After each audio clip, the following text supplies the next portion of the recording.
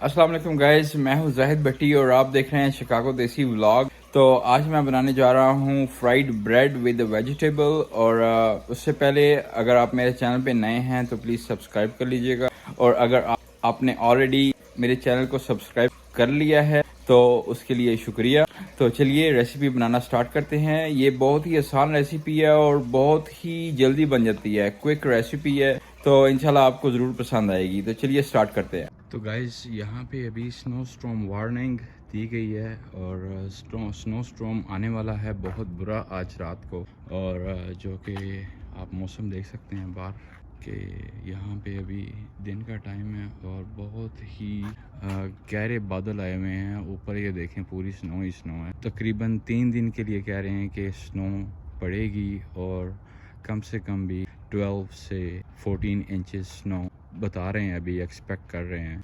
तो चलिए guys start करते हैं। ये मैंने चीज़ें ली हैं। मुझे चाहिए ब्रेड, शिमला मिर्च रेड और ऑरेंज, और ग्रीन भी आप डाल सकते हैं। और ये मैंने चुकंदर लिया है जो कि मैंने इसको बॉईल कर लिया अच्छे। ग्रीन ऑनियन है, उसके बाद रेड पेपर है, उसके बाद अंडे हैं और वेजिटेबल ऑयल यूज़ होगा। और उसके बाद ये हैं मसाले जो कि मैंने सिर्फ़ और सिर्फ बिल्कुल चुटकी चुटकी लिए हैं मसाले। ये मैंने लिए बासिल लीव्स, ये वाइट पेपर है, उसके बाद ये है थोड़ा सा ज़ीरा है, सूखा धनिया है, और ये है रेड क्रश पेपर है, उसके बाद चाट मसाला है, और उसके बाद थोड़ी सी कसूरी मेथी है। और ये चीज़ें मैंने सिर्फ, ये जो मसाले हैं ये मैंने सिर्फ और सिर्फ चुटकी चुटकी लिए हैं, बहुत ज़्यादा यूज़ नहीं कर रहे हैं आप, नहीं तो उसका टेस्ट जो है वो अजीब सा आएगा। तो मसाले थोड़े थोड़े लिए हैं कि मतलब इसका टेस्ट जो है वो अच्छा लगे खाने में। तो ऑनियन को कट कर लेंगे अभी।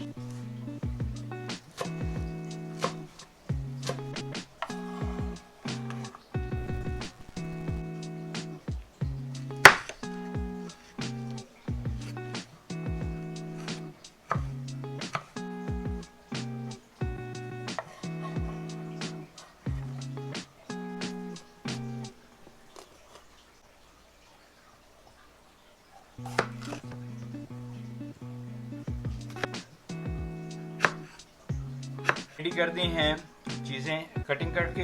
ये हो गया आपका बीटरूट, चुकंदर, और ये ऑरेंज शिमला मिर्च, रेड शिमला मिर्च, ग्रीन पेपर और ग्रीन ऑनियन। और बाउल लेंगे, बाउल में ये सारी चीज़ें ऐड कर देंगे।